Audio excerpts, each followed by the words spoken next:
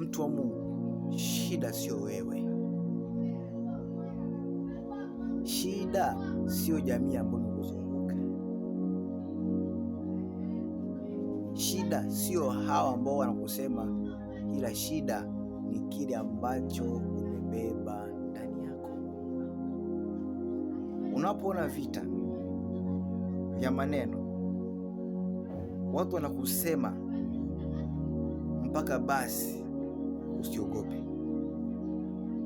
Ndio maana Bible imeandika neno usiogope mara nyingi sana,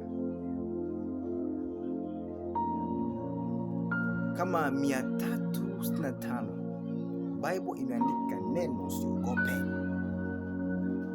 Maana yake kwa mwaka Mungu anakuambia usiogope. Mungu anakuambia songa mbele. Maana yake kila siku kuna vitisho vinakuja.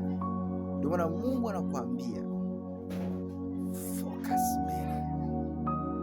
Sasa kwa nini Mungu akwambie usiogope? Maana yake anajua kuna sehemu utafika utatishwa, kuna sehemu utaona mawimbi, kuna sehemu bahari itachafuka, alafu utaogopa. Na ukiogopa, kile ambacho ameweka ndani yako hakichipuki. Nikwambie tu, maisha ya mtu aliyokoka ni maisha ya tofauti sana.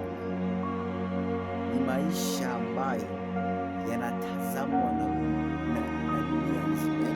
Wewe mtu ambaye unatazamwa na dunia nzima, ni kwambie tu.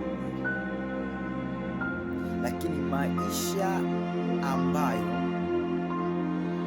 mtu ambaye ameokoka ni maisha ya zamani sana, ni kwambie tu.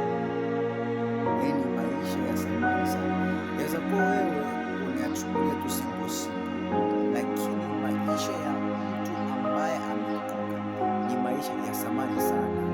Ni tofauti na maisha ya mtu ambaye ana Yesu. Maisha ya mtu ambaye ameokoka yanatazamwa na dunia nzima, yanatazamwa na nchi nzima, yanatazamwa na jamii nzima. Yaani wewe kama ulikuwa unajiangalia kwamba watu wanaokuona sana kwambie tu, wakimuona mlevi amelewa na mlokole amelewa, anayesema ni nani?